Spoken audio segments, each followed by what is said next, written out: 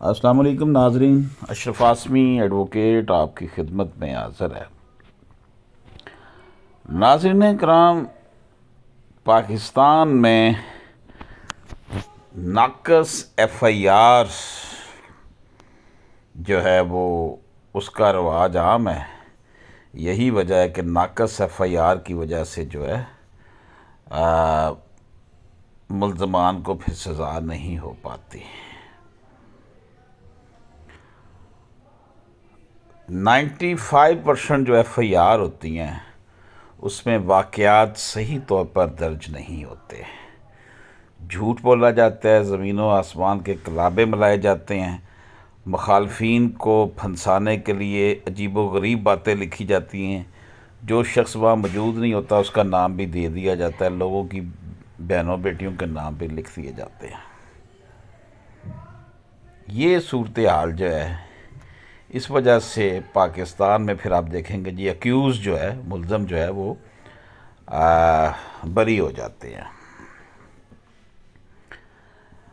اب ایک واقعہ جو دن دہاڑے سر عام ہوتا ہے اس کے کئی عینی شاہد بھی ہوتے ہیں، جانتے ہیں کہ قاتل کون ہے، ملزم کون ہے، کس نے یہ جرم کیا ہے۔ اس کے باوجود اگر ملزمان جو ہے وہ بچ نکلتے ہیں، اس کی وجہ جھوٹی ایف آئی آر ہے، کیونکہ جو مدعی ہوتا ہے وہ وقوع کو اپنی مرضی کا رنگ دینا چاہتا ہے، اور جو ایف آئی آر درج کرواتا ہے، فرسٹ انفارمیشن رپورٹ، پرچہ جو درج کرواتا ہے، وہ اس میں دروغ گئی سے کام لیتا ہے، جھوٹ بولتا ہے۔ اس میں رزلٹ یہ نکلتا ہے کہ وہ اپنا کیس خود ہی خراب کر لیتا ہے، یعنی ایف آئی آر حقیقی واقعہ کے بالکل برعکس دائر ہوتی ہے، جس کی وجہ سے ملزم سزا سے بچ جاتے ہیں۔ اگر ایف آئی آر حقائق کے مطابق درج کروائی جائے اور درست تفتیش کر کے چالان مرتب کیا جائے تو کوئی بھی ملزم سزا سے نہیں بچ سکتا۔ جب کوئی قتل یا فائرنگ کا واقعہ ہوتا ہے تو مدعی واقعہ میں سنگینی پیدا کرنے کے لیے جو اسلحہ واردات میں استعمال ہوا ہوتا ہے، اس کی بجائے آتشیں اسلحہ لکھوا کر دہشت گردی کی دفعات لگوانے کی کوشش کرتے ہیں۔ واقعہ میں ایک یا دو افراد ملوث ہوتے ہیں، لیکن ایف آئی آر میں 8-10 بندوں کے خلاف اور پھر کچھ نامعلوم افراد لکھوا دیے جاتے ہیں تاکہ ضمنیوں میں پھر ان کے نام ڈالے جائیں۔ اگر واردات میں پسٹل استعمال ہوا ہے اور ایف آئی آر میں وہ کہتے ہیں جناب فلاں کلاشنکوف استعمال ہوئی ہے، اگر 2 یا 3 فائر ہوئے ہیں لیکن سنگینی ظاہر کرنے کے لیے کلاشنکوفوں کے برسٹ ظاہر کیے جاتے ہیں، اور ساتھ یہ کہا جاتا ہے جی ملزمان ہوائی فائرنگ کرتے ہوئے فرار ہو گئے، جبکہ موقع سے گولیوں کے 2 یا 3 خول ملے ہوتے ہیں۔ اس طرح مقتول کو 2 یا 3 فائر لگے ہوتے ہیں، لکھوایا جاتا ہے کہ فلاں فلاں بندے نے فائرنگ کی۔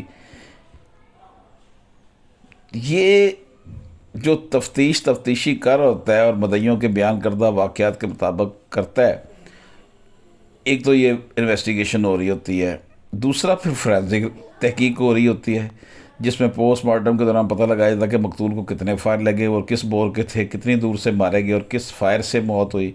اگر پولیس نے جو اسلحہ برآمد کیا ہے اس سے فائر ہوئے ہیں اور مقتول کے جسم سے بھی اسی بور کی گولی کے شواہد ملے ہیں تو ملزم سزا سے نہیں بچ سکتا۔ تمام تر ابہام کا فائدہ ملزم کو ہوتا ہے اور ملزم بچ نکلنے میں نکلتا ہے۔ اگر ایف آئی آر میں جو کچھ ہوا ہے وہی لکھا جائے تو کوئی ملزم سزا سے نہیں بچ سکے گا۔ آپ دیکھ لیں کہ یہ صورتحال جو ہے ابھی حال ہی میں تحریک انصاف کے چیئرمین جناب عمران خان صاحب کے کنٹینر پر حملہ ہوا، اس میں ایف آئی آر کے اندراج میں تاخیر جو ہے وہ کیس پر اثر انداز ہوگی۔ ملزم کا اقبالی بیان بھی قبل از وقت منظر عام پر آیا، اس سے بھی مقدمے کے اندر لکونہ بن جائے گا۔ مرضی کی تحریر بھی مقدمہ پر اثر انداز ہوگی۔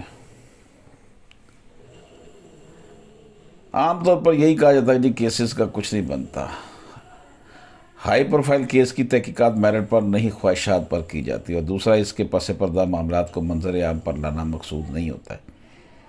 اس کیس میں بھی گرفتار ملزم کو ہی سزا ہو سکتی ہے اور اس کے پس پردہ عوامل سامنے آنے کی توقع نہیں۔ حکومت کی کوشش ہوتی ہے کہ اسے ایک مذہبی، حکومت کی کوشش ہے کہ یہ عمران خان صاحب والا جو واقعہ سے مذہبی جنونی شخص کے انفرادی فعل سے آگے نہ بڑھنے دیا جائے اور یہ گرفتار بندے پر ہی ختم ہو جائے، جبکہ اپوزیشن جو ہے اس حادثے کے ذریعے عوامی ہمدردیاں سمیٹنے کے ساتھ ساتھ سیاسی فوائد بھی حاصل کرنا چاہتی ہے۔ کسی پولیس افسر میں اتنی ہمت نہیں کہ وہ طاقتور لوگوں کی مرضی و منشا کے خلاف تفتیش کر سکے۔ اس کا رزلٹ دیکھ لیں کہ آئی جی پنجاب جو 60% پاکستان ہے پنجاب، اس کے انسپکٹر جنرل پولیس کے سربراہ نے ریزائن کر دیا اسی معاملے میں۔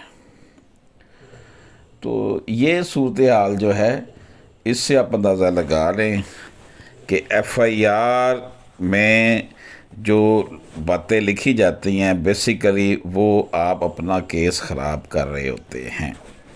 جب آپ کا کیس ایف آئی آر میں خراب ہو گیا تو پھر جھوٹ اتنا اس میں بول دیا جاتا ہے کہ معاملات اتنے ہاتھ سے نکل جاتے ہیں کہ پھر کسی کو اس کے اوپر کوئی یقین نہیں ہوتا۔ تفتیش میں کچھ اور نکلتا ہے، حقیقت میں کچھ اور ہوتا ہے۔ رزلٹ یہ نکلتا ہے کہ وہ فرینزک ٹیسٹ کچھ اور کہہ رہے ہیں، انویسٹیگیشن آفیسر کو کچھ اور بیان دیے ہوتے ہیں، اور رزلٹ اس کا یہ نکلتا ہے کہ ابہام پیدا ہو جاتا ہے۔ اور یہ it is a settle principle of law کہ جو بھی ابہام پیدا ہوگا، جو بھی شک پیدا ہوگا، شک کا فائدہ ہمیشہ ملزم کو ملتا ہے۔ گویا کہ ملزم جو ہے وہ قانون کا پسندیدہ بچہ ہوتا ہے۔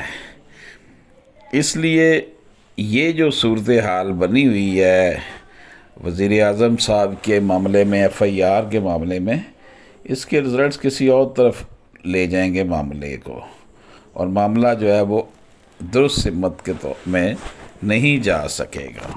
تو اس لیے سب سے بڑا نقصان ہم یہی کر لیتے ہیں کہ ہم ایف آئی آر غلط درج کرواتے ہیں اور بعد میں کہتے ہیں جی دیکھیں ملزمان جو ہے وہ